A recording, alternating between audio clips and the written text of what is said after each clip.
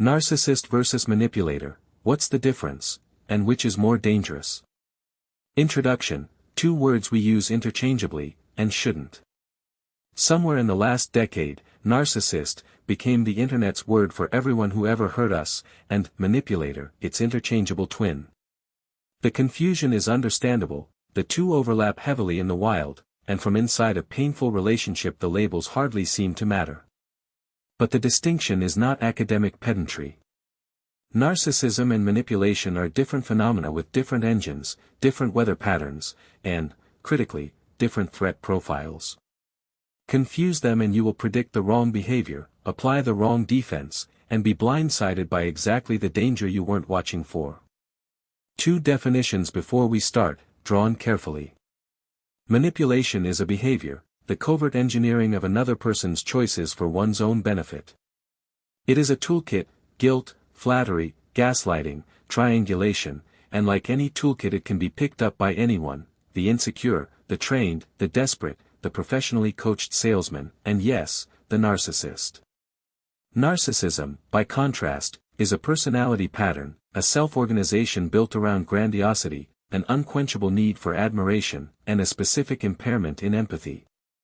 Its clinical extreme, narcissistic personality disorder, is a formal diagnosis that only professionals can make. This article deals with the everyday pattern, not with diagnosing anyone. One is something a person does. The other is something a person is like. From that single difference, everything else in this article unfolds. The engine, strategy versus hunger. Open the hood of each and the machinery differs immediately. The pure manipulator, think of the con artist, the corporate operator, the calculating relative, runs on strategy. His deceptions are instrumental. He wants something concrete, money, position, labor, sex, security, identifies you as the source, and engineers the extraction. Crucially, his self-awareness is usually intact. He knows he is lying, he could tell you, in a candid moment that will never come, exactly what he did and why. His empathy is not absent but repurposed, he reads your feelings extremely well, the way a locksmith reads a lock. Cold empathy, researchers call it, full perception, zero compassion. The narcissist runs on something needier and stranger, the regulation of a fragile self. Beneath the grandiose surface, and clinicians largely agree on this architecture, sits a self-image so unstable it requires continuous external maintenance, admiration, deference, envy, even conflict, anything that confirms his significance. This maintenance fuel has a name in the literature, narcissistic supply. And here is the pivotal difference, the narcissist's manipulations are often not consciously strategic at all. He rewrites history not to deceive you but because his self-image genuinely cannot metabolize having been wrong. He rages at your success not as tactic but as reflex, because your shine dimmed his. He believes his own performances to a degree the con man never does. The manipulator lies to you. The narcissist, much of the time, is lying to himself first, with you as collateral. This engine difference produces the most practical distinction in the whole comparison, predictability. The manipulator is predictable by interest, figure out what he wants and you can forecast his moves like a chess opponent's. The narcissist is predictable only by ego weather, his behavior tracks not what benefits him but what feeds or wounds his self-image, which is why he will burn real money, real relationships, and real advantage over a trivial slight. The manipulator rarely acts against his own interests. The narcissist does it constantly, magnificently, and cannot stop. The relationship arc, the project versus the cycle. Watch each operate across a full relationship and the shapes diverge. The manipulator's relationship is a project with phases, reconnaissance, the probing questions, the boundary tests, investment, favors, charm, calculated intimacy, calibrated to the expected yield, extraction. The asks begin, escalating on the foot-in-the-door gradient, and either maintenance or exit, depending on whether you keep producing. The temperature of a manipulator's attention is a gauge of your utility, warm while you yield, instantly cooler when you stop, warm again, hoovering, if you try to leave with value still on the table. It is exploitative, but it is coherent. There is a reason for everything, even if the reason is hidden. The narcissistic relationship follows the famous cycle: idealize, devalue, discard, repeat, and the crucial insight is that this cycle often has no extraction logic at all.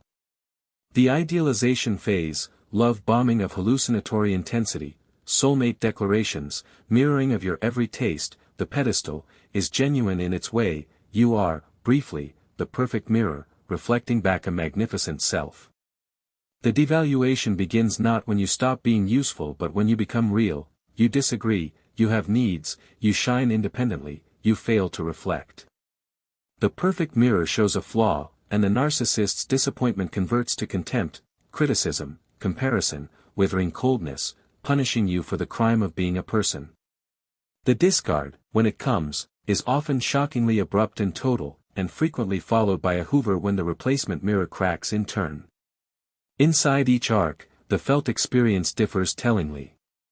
With the manipulator, victims report confusion about events: what was promised, who owes what actually happened. With the narcissist, victims report confusion about themselves, a slow erosion of worth under a regime where your feelings were not manipulated so much as annihilated, treated as non-existent because, in the narcissist's world, only one person's inner life has ever been real. Head to head, which does more damage? Now the title's question, and it deserves a real answer rather than a diplomatic shrug. The honest verdict: it depends on the axis of danger, and the two threats peak on different axes. On the axis of material damage, money, career, legal exposure, the pure manipulator is generally the greater danger. He is targeted, patient, invisible, and efficient. He wants your resources, not your soul, and the best of his kind leave victims who never learn what happened. Con artists empty retirement accounts, workplace operators harvest decades of someone else's credit. The narcissist, by contrast, is often too noisy, too inconsistent, and too self-sabotaging to run a long clean extraction. His ego keeps blowing his own cover. On the axis of psychological damage, the ranking flips, and most clinicians who work with survivors would flip it hard. The manipulator injures your circumstances, the narcissist injures yourself.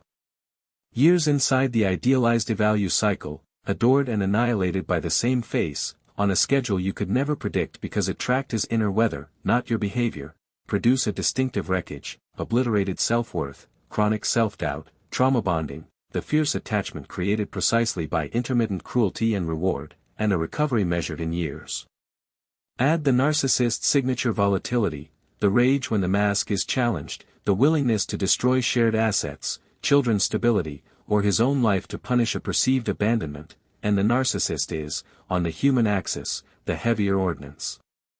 And then there is the third case, which deserves its own sentence in bold ink: the two are not mutually exclusive, and their overlap is the most dangerous profile in ordinary life.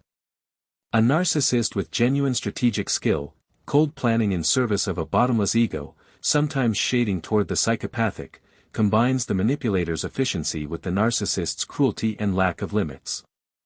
If you must rank dangers, manipulator for your wallet, narcissist for your soul, and the hybrid for everything at once.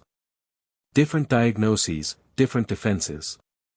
Misidentifying which one you face leads to strategic error, because the defenses are not the same.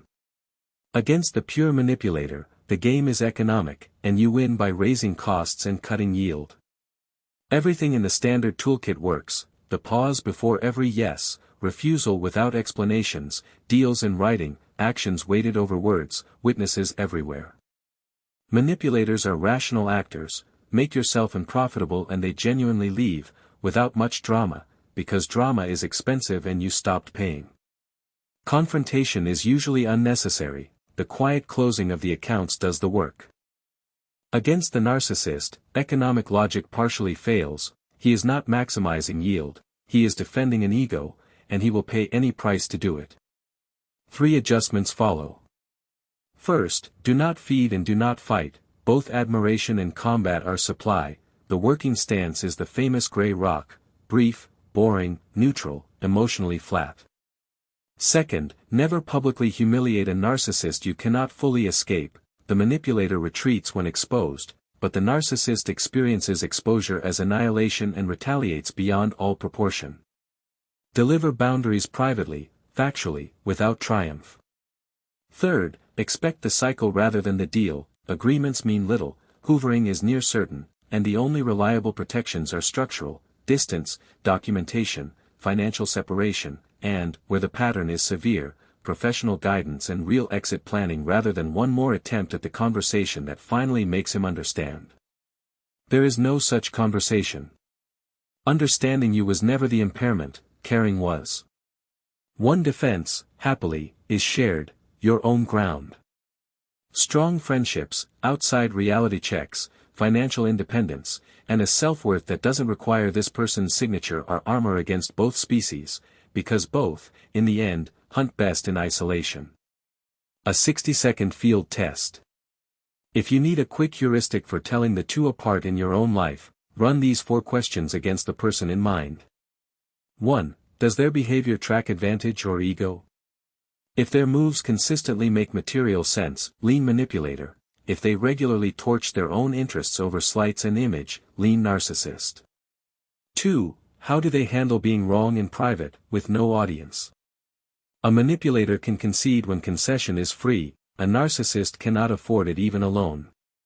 3. What does their charm switch respond to, your usefulness, or your admiration? Warmth that tracks what you provide is extraction, warmth that tracks how brightly you mirror them is supply. 4. What happens when you set one firm, polite boundary? The manipulator recalculates and often accepts, the narcissist experiences it as an injury and escalates. No single answer settles it, but 4 answers pointing the same way usually do. Conclusion: name the machine, not just the pain. Step back and hold the 2 portraits side by side one last time. The manipulator, a strategist with intact self-awareness and repurposed empathy, running projects, predictable by interest, dangerous mainly to your resources, deterred by cost. The narcissist, a fragile grandiosity running on supply, cycling through mirrors, predictable only by ego weather, dangerous mainly to your selfhood, deterred by almost nothing except your unavailability. One is a hunter, the other is a black hole that thinks it is a sun. You can hide from a hunter. From a black hole, you can only leave orbit. Why insist on the distinction? Because naming the machine correctly is the first act of power available to anyone caught in it. Call a narcissist a mere manipulator and you will keep negotiating, keep raising costs, keep waiting for the rational actor to appear, decades can vanish into that waiting. Call a manipulator a narcissist and you may overdramatize a solvable problem, fleeing when a few firm boundaries would have ended the matter. And in either case, remember what the label is for. It is not a weapon to brandish at them, diagnosis flinging escalates everything and resolves nothing. It is a map for you, of what to expect, what to protect, and which exit to take. The pain never needed a name to be real. But the way out does, and now you have 2 of them, clearly drawn, with the road home marked on both.